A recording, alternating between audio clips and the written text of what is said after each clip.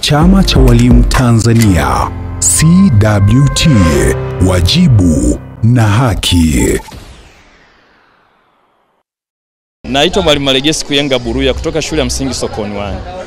Niko hapa katika ukumbi huu wa Paroti kuungana na walimu wenzangu kushiriki zoezi lililoandaliwa na CWT, Chama cha Walimu Tanzania, ikiungana na wizara mbalimbali ikiwemo Wizara ya Utumishi wa Umma, Wizara ya Fedha, kushughulikia madai mbalimbali na kero mbalimbali za walimu, ikiwemo kupanda madaraja, kero za mishahara kama vile salary arrears na kero zingine nyingi.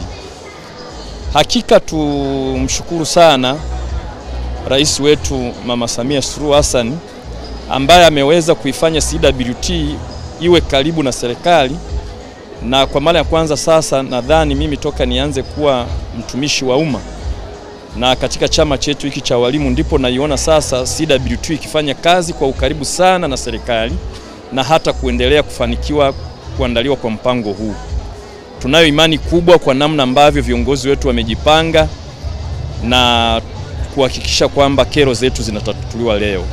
Kwa hiyo nichukue rai au nichukue fursa hii kuwahimiza walimu wenzangu ambao hawajafika katika ukumbi huu kuhakikisha kwamba wanakuja kuungana nasi ili kuhakikisha kwamba kero zetu zinatatuliwa.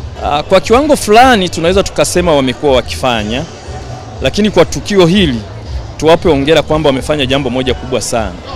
Maana wakati mwingine chama cha walimu au workers movement isipoungana na serikali ufanisi ni mdogo. Sasa kwa hili, kwa kuwa tunaona kwamba chama chetu cha walimu kimeweza kuungana na serikali na serikali kuamua kutoa viongozi wake, maafisa mbalimbali kutoka wizara mbalimbali, tuna imani kubwa kwamba kinachoenda kufanyika hapa kitakuwa ni jambo la uhakika zaidi. Matarajio yangu makubwa ni kwamba walimu wote kero zao zitatuliwa, na hivyo ile hali ya kuendelea kugombana na serikali, kuilaumu serikali, nadhani itakuwa imefikia mwisho, hasa kwa walimu wa mkoa huu wa Arusha kwa leo.